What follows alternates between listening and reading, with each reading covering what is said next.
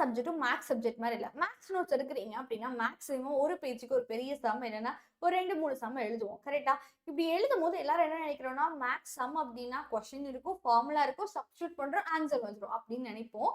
ஆனா முக்காவாசி சம் அப்படி கிடையாது. எல்லா சம்ஸோட ஸ்டெப்ஸும் ஈஸி சப்ஸ்டியூஷன் கிடையாது. சில ஸ்டெப்ஸ் வந்து ஏன் இங்க வந்துச்சு அப்படின்னு டீச்சர் எக்ஸ்பிளைன் பண்ணுவாங்க கிளாஸ்ல. அப்ப நம்மளுக்கு நல்லா புரியும். அதுக்கப்புறம் திருப்பி ரிவைஸ் பண்ணி பார்த்தா அந்த ஸ்டெப் நம்மளுக்கு புரியவே புரியாது. ஸோ அந்த மாதிரி இருக்கிற விஷயத்த நம்ம நம்மளோட மேக்ஸ் நோட்ஸ்ல இன்க்ளூட் பண்ண மறந்துடுறோம். ஸோ அதை வந்து க்ளூஸ் அப்படின்னு சொல்லிட்டு பக்கத்துலேயே ஒரு காலம்ல சம் ஸ்டெப்ஸ் ஏன் வந்துச்சுங்கிற எக்ஸ்பிளனேஷன் சில மேம் சொல்லும் போது அதை நீங்க அழகா நோட் பண்ணி வச்சுக்கணும். அண்ட் கூடவே இந்த சம் எல்லாம் ரிவைஸ் பண்றதுக்காக இன்னொரு ஸ்ட்ராட்டஜி இருக்கு. ஸோ நம்ம சம்ல லாஸ்ட்ல இருந்து என்ன வரைக்கும் பண்றோன்றத தமிழ் இங்கிலீஷ்ல நீங்க கீழே ரிவிஷனுக்காக யூஸ் பண்ணிக்கலாம்.